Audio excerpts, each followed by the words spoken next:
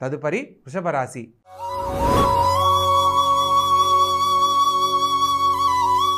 ఈ యొక్క వృషభ రాశి జాతకులకు ప్రస్తుత కాలంలో పంచమ స్థానంలో కేతుగ్రహ సంచారం జరుగుతున్న కారణంగా కుటుంబంలో పిల్లలు కొంచెం అనుకూలంగా లేకపోవడాన్ని గమనించాలి. పిల్లలతో సక్రమమైన మార్గాన్ని అవలంబించే విధంగా వారికి బోధన తెలియజేయాలి.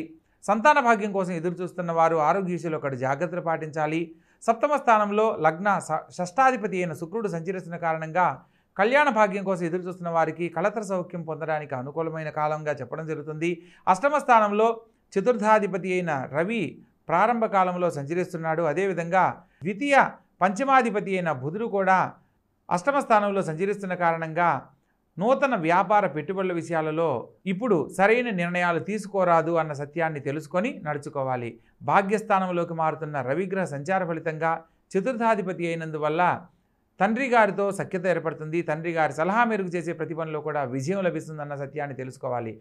రాజ్యస్థానంలో శని సంచారం జరుగుతున్న కారణంగా రాజకీయ రంగంలో ఉన్నతమైన పదవీ యోగ్యత కోసం ప్రయత్నం చేస్తున్న వారికి పై అధికారుల సహాయ సహకారాలతో పదవీ యోగ్యత లభిస్తుంది. చంద్రుడు కూడా సంచరిస్తున్న కారణంగా తల్లిగారి సలహా మేరకు చేసే ప్రతి పనిలో శుభం చేకూరుతుంది. తల్లిగారి ఆశీస్సులు మీకు ఎంతో ఉపయోగపడతాయి.